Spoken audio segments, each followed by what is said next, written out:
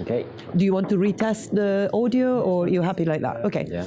Well, in that case, let's restart. We can restart from the beginning. Sure.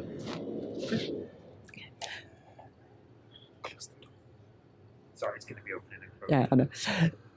So, Fadili, can you tell me, you're one of the organizers of Watch Africa. Can you tell me a bit about what Watch Africa is, how it came about, what it does? Sure. Watch Africa started in 2013, and it started during a period when I moved to Cardiff from London, specifically for work, so working within international development. And I came here on a kind of part-time job, and also I was fairly new to Cardiff, didn't really know the community very well, the African community that is. And I was living from Tanzania and very much in touch with my Tanzanianness or my Africanness, if you might say. I was looking for something that is very distinctly African, whether it's music, food, or anything. And something to cater not just for myself, but the community and other people who are interested in things African, basically. Yeah. And I realized that there isn't anything as such. And also working within the international development sector, obviously you do meet a lot of charities which are working across sub-Saharan Africa, doing a variety of projects, some amazing projects as well. And I kind of wanted to create a platform. Actually, what I saw was there isn't a platform where people can come together and engage critically and looking at various issues, whether it's women empowerment, whether it's to do with climate change, or to do with, I don't know, economic development across the continent.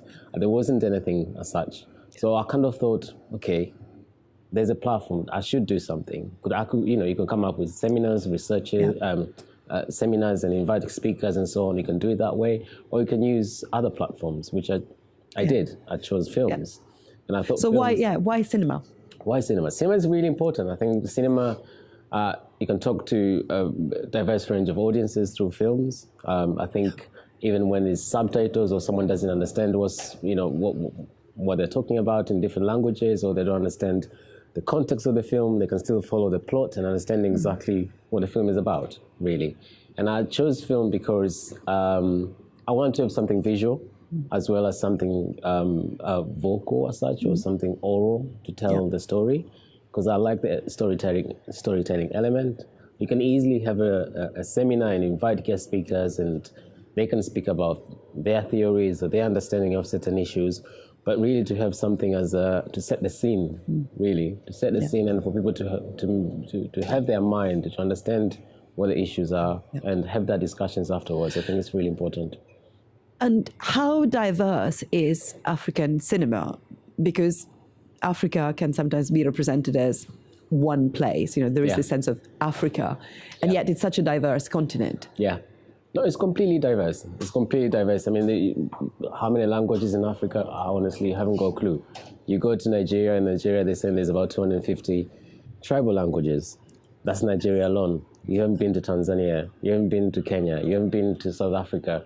So, and the African cinema is very diverse. Diverse depending on many things. So, what colony, for example, the country was colonized on also depends a lot on that. So, I guess the best African films in the past, especially looking at the 60s and 70s, came from the Francophone-speaking countries. The Malian filmmakers, the Senegalese filmmakers, the Moroccan filmmakers. They were actually the ones dominating the African cinema. But now you're getting South Africa, Kenya, Namibia, for example, as well. These are kind of up-and-coming industries. Right now you got Nollywood. Nollywood is, it's a phenomenon in itself. Yeah. It's only in the last 10, 20 years that really Nollywood is blossoming, and that's where it is right now. So the climate, I think, the film climate, the cinema climate in Africa is very diverse. You started to talk about language and the diversity of languages. Yeah. How is that visible in African cinema today? Sure.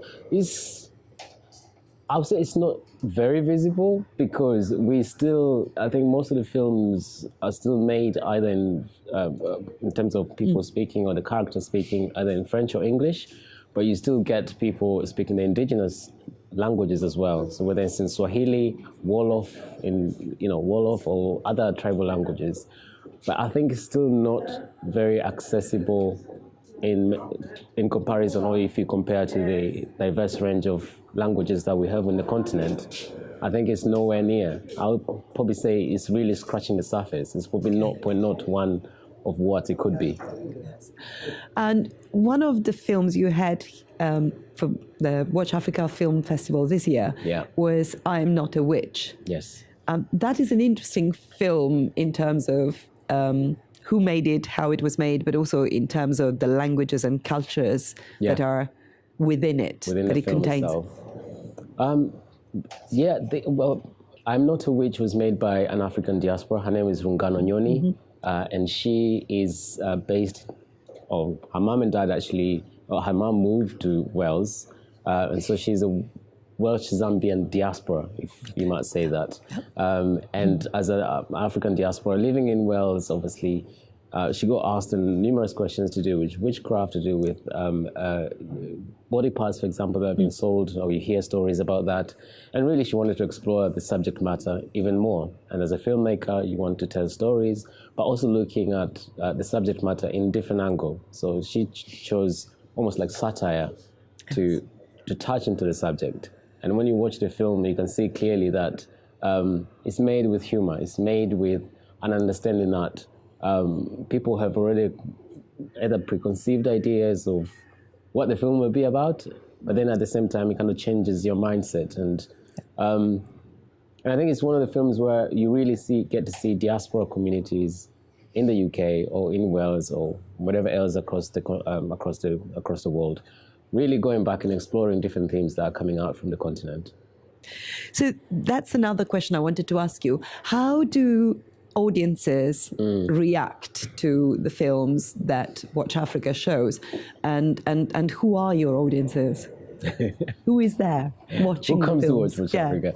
Our audiences vary a lot. Obviously, Wales being predominantly, I guess you can say, Caucasian. Yeah. A lot of our film attendees tend to be from white, middle class, retired, all the way down to youth. It depends on the programming itself. Yeah. So if you program something for young people, for example, you get young people coming to the cinema.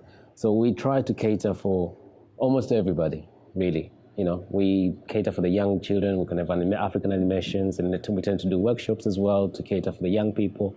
And then you have adults as well. And like I said earlier, majority of them tend to be middle class, Asian, retired. But also we have a lot of African communities as well coming to our screenings, because the key thing about the festival really is tapping into the diaspora community as well. So we have clusters. If someone knows Wales very well, the majority of African diasporas live in South Wales. And so when we do tour across different parts of South Wales, we make sure that we tap into the diaspora, the African communities in those areas. So African communities are also our main audience, our main target, really. You were saying something earlier about the danger of one story, of one narrative. Yeah. Can you go back and tell us a bit about that?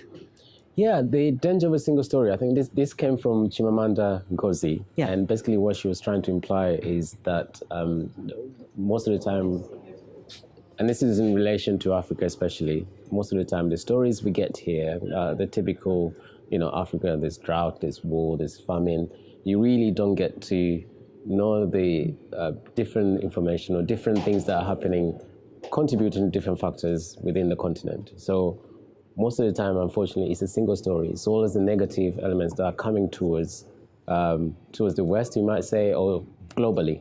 So the way people view Africa is very much a one story, a sad story, which is really what we're trying to tackle in many ways.